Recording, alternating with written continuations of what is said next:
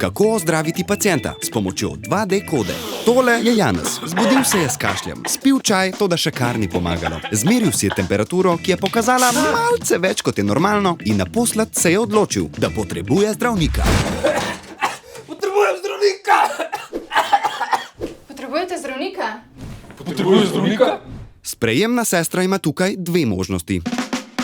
Da mu obrazec, on ga šlampasto izpolni, ker je dislektičen. Vse zafrkne, zasuje ga z milijon vprašanji o potrebni dokumentaciji in ga poseda v čakalnico, kjer okuži vse. Na vse zadnje pa čaka toliko časa, da se ambulanta že zapre.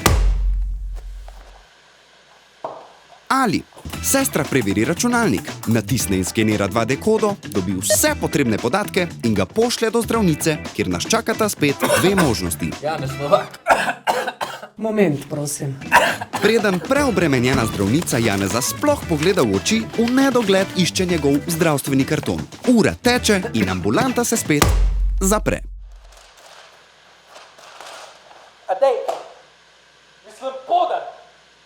Ali ob vstopu v ordinacijo Janez skenira svojo kodo, ki zdravnici poda vse potrebne podatke in se pacientu lahko takoj posveti. Kašelj, a ne?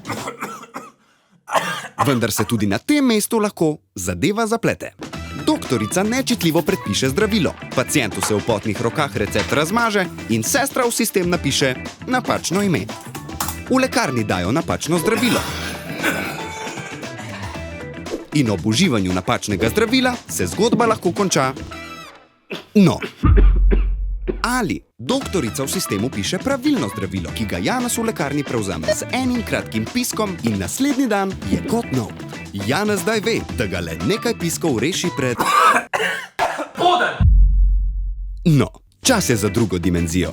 2D koda. Obravnavajte paciente s standardi GS1.